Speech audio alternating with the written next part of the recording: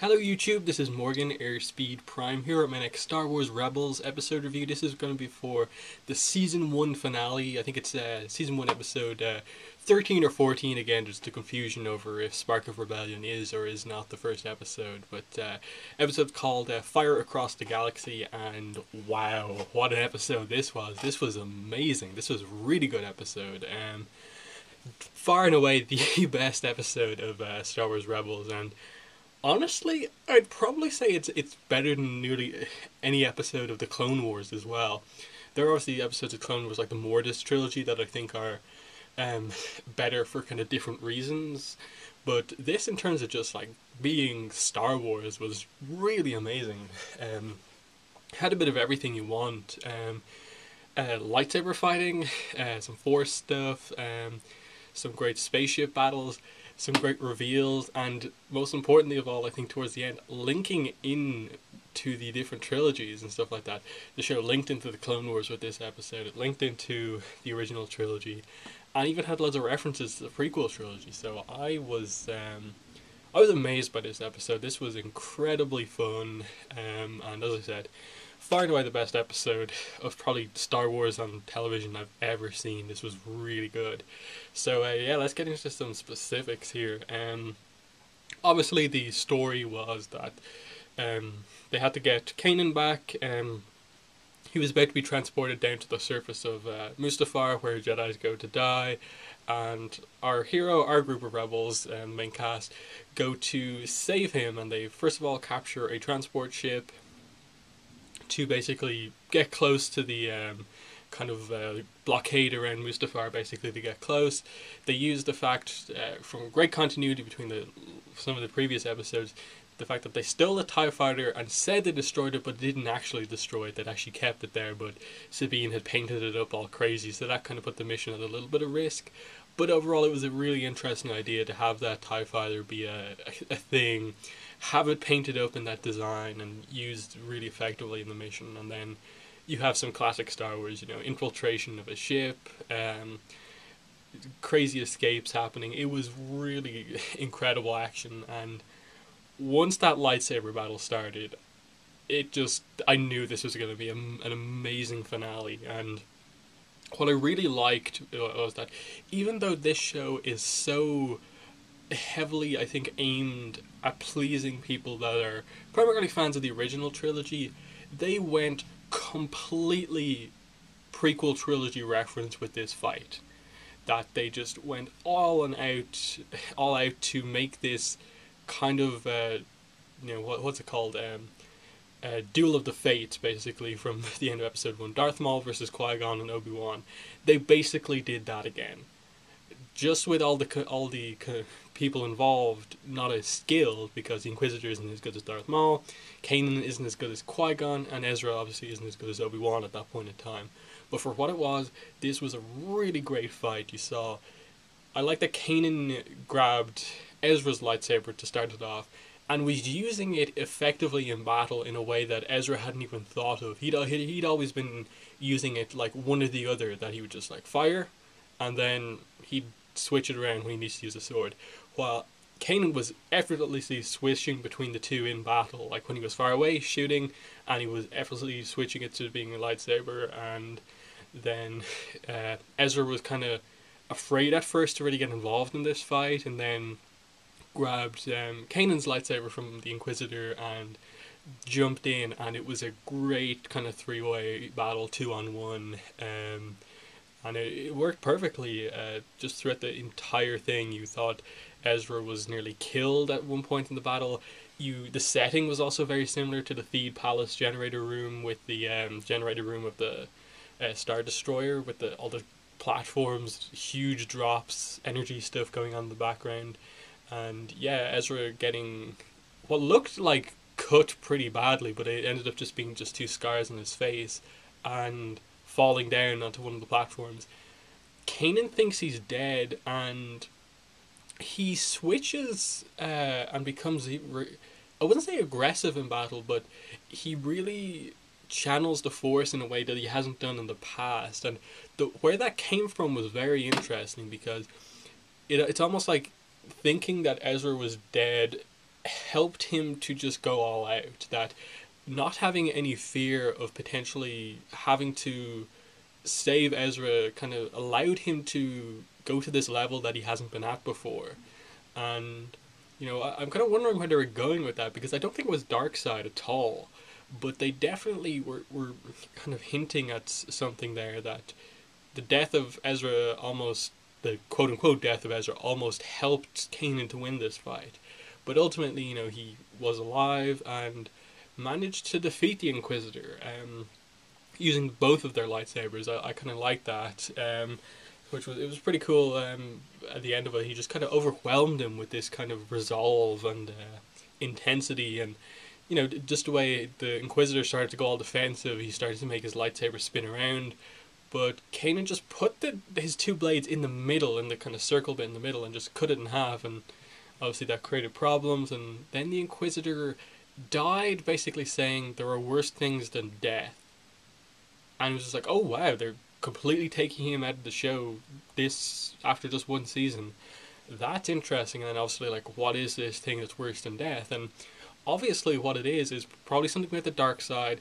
Probably it's a reference to Darth Vader, because if anyone remembers correctly, when Spark of Rebellion aired on TV, they inserted the Darth Vader scene where Vader is the one who basically tells the Inquisitor to show a lot of interest in Kanan being on the planet and stuff like that.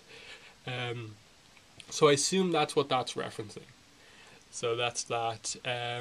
And just overall, wow, intense death. You were wondering, was Kanan going to go a little bit dark side and just kill the Inquisitor there? But no, he pulls back, and the Inquisitor basically knows he's dead and drops and basically does it himself. So that was interesting. Him as a character, given that this is the last we're going to see from him, I assume, unless something crazy happens. Fairly solid. He worked completely as the kind of main villain of the first season, as this character to challenge Kanan and Ezra to become better, and they are better now. They're more of a team and stuff like that. So that was really interesting. And obviously, Kanan was super relieved when he found out Ezra was actually alive, and they escape effectively, which leads it into a really, good space battle scene. I really like this as well. A lot of TIE fighter action. You had Hera, Zeb, and Sabine in the painted up TIE fighter, and then you have Kanan and Ezra in the Inquisitor's advanced TIE fighter thing, the prototype from one of the previous episodes, and they're using that, and you kind of have a end of A New Hope moment where like there's way too many for the painted up TIE fighter, and then out of nowhere Kanan and Ezra come in and save the day. It was kind of that Han Solo moment.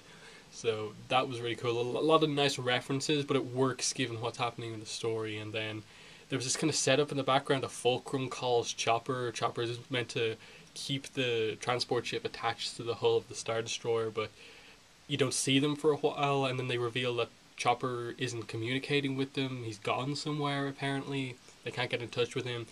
And then out of nowhere, just you see these ships come through. First of all, a couple of transport ships and the Ghost, and then when you see the kind of blockade runner ships from like the Tantive 4 kind of type ships come in, you're just like, oh, okay, they're going for it in this finale. They're really going to reveal something here.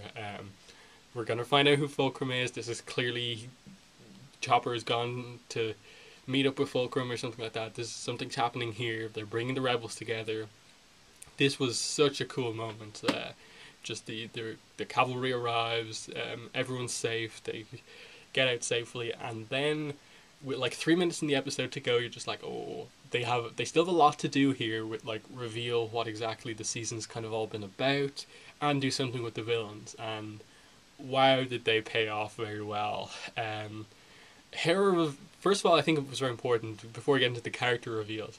Just Hera revealing that she knew all along, that the reason that they weren't in contact with any of the other rebel cells was because none of them knew about the other rebel cells. They couldn't ever reveal about it to anyone else. It was this secrecy thing. So it was nice to know for sure what Hera's about, that she is wouldn't say really high up, but she's one of the ones who's in the know about this overall big rebellion. And I thought that was very interesting that she revealed it there, and then Bail Organa was there explaining some of this stuff as well. And I kind of like the joke between Ezra and Zeb, just like, we're a rebel cell, and there's kind of like, I guess we are, and it's just this kind of thing where they were just doing what they thought was right, and yes, they've kind of been like accepting the kind of title of rebels, but they kind of never thought of themselves like as like a cell, that they were part. They were actually just a group of rebels, official organization against the Empire, and now they realize that they're part of this bigger thing. And when Ahsoka comes out, it's just like, oh, what a great reveal that like she's clearly been up like fixing something, and she comes down, and just seeing her older design was incredible. It doesn't look exactly like the Mortis trilogy kind of older Ahsoka that we see, but you can tell there's a lot of design based off that. I think it's a perfect design for an older Ahsoka. I think it's still Ashley Eckstein doing the voice, and she does a really good job at changing the voice to make it more mature, and it completely fits, and she seems very wise and mature. Obviously, in terms of, we're going to see she's going to be a main character now, I assume. That she's revealed herself. She's not going under Fulcrum now. Everyone knows she's Ahsoka. She still has the lightsabers there, so she's still clearly using the Force and stuff like that. I'm really eager to see just what if they explain any of her backstory. Like, I assume season 2, I think, is going to be longer than season 1. They're going to explain what she's been up to the past, like, what is it, 15 years, I think. Or am I completely wrong there? It's something like that. Anyways, it's about 15 years, which makes us. Does that make Ahsoka like 32? Or am I completely wrong? It'd make her in or around 30 anyway, I think. Unless I'm completely misremembering everything, I'm not really sure. Definitely in the comments, correct me on that if I'm wrong. She seems like in her 20s or something like that, but Ezra was confirmed to turn like 14 to 15 in the episode Empire Day because that was his birthday. And it's definitely 15 years since the end of A New Hope. It could be even longer, actually, because...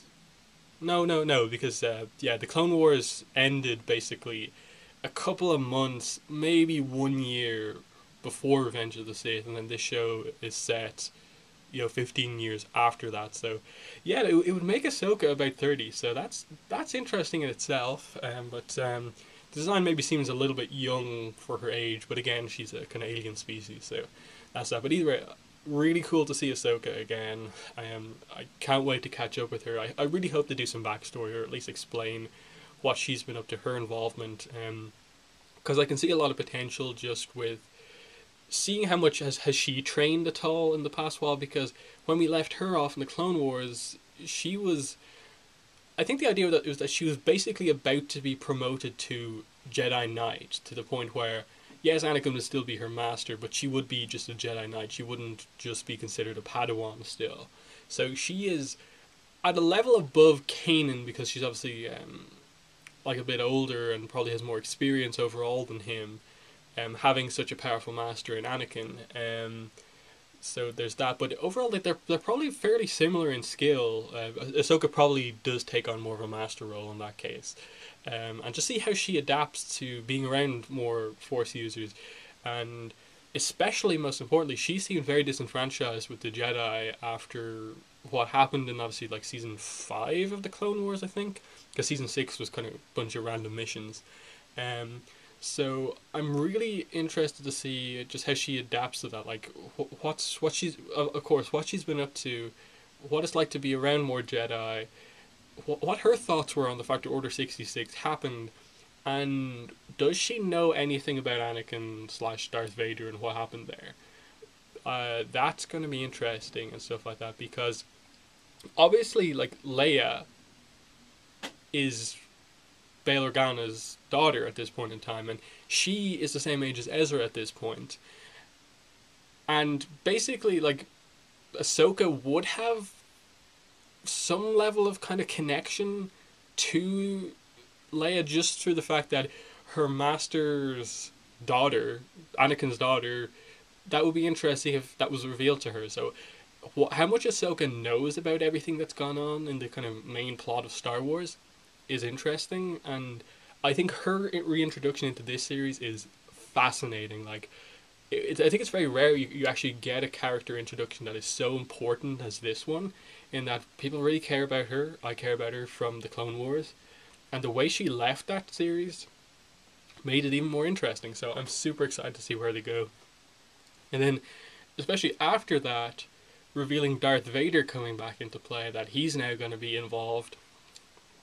They're setting up something that Darth Vader and Ahsoka are going to meet at some point, and something's going to go down, and I'm so excited for this. Like, if there was one criticism of season one, it's perhaps that they didn't really have a plot for the first like 10 or so episodes. It only really came into play towards the end. That okay, they're building towards like the rebel cells meeting and the actual formation of the rebel alliance of cells and stuff like that. So at least going into season two, we have some clear things that we want to happen and are probably going to happen. Ahsoka, Darth Vader, Ahsoka interacting with the other Jedi.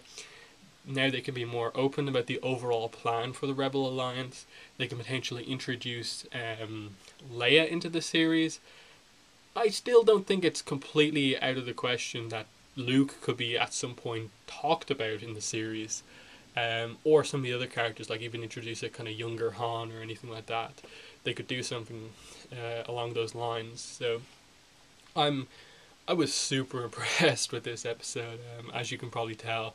It's been a while in any of my reviews of any of these shows that have been so positive as I have been in this one. I really didn't have any problems with this episode. This episode completely made this season and made me so excited going into the second season.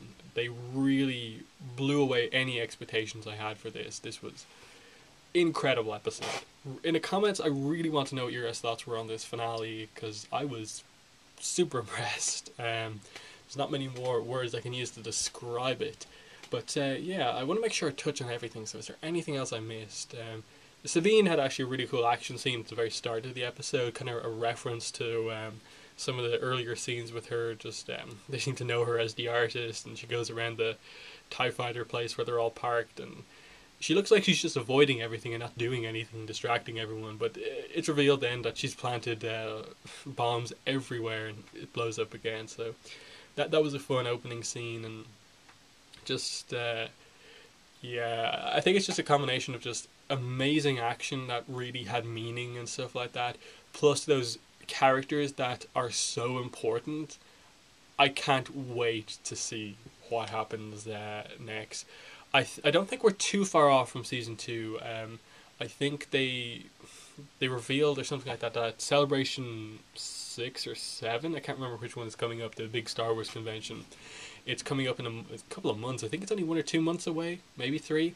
They're going to premiere season 2 there, which I would assume in part is probably an exclusive thing for people at the convention, but at least it shows that the show isn't too far off and that they have some complete episodes basically done right now. So the wait shouldn't be too long, I don't think. But yeah, that's been the review of Fire Across the Galaxy, the season 1 finale for Star Wars: The Clone Wars. Usually in these reviews I'd probably do a season 1 overview type thing, but I feel like I don't really need to do it in this case because there's so much setup for season 2 here that there's not really a lot I can say just yet. So more than likely this is going to be my last Star Wars Rebels review until season 2 comes out. I might in a couple of weeks maybe come back and do some sort of a season 1 overview, but we'll see what happens. But yeah, thanks for watching this review, and bye.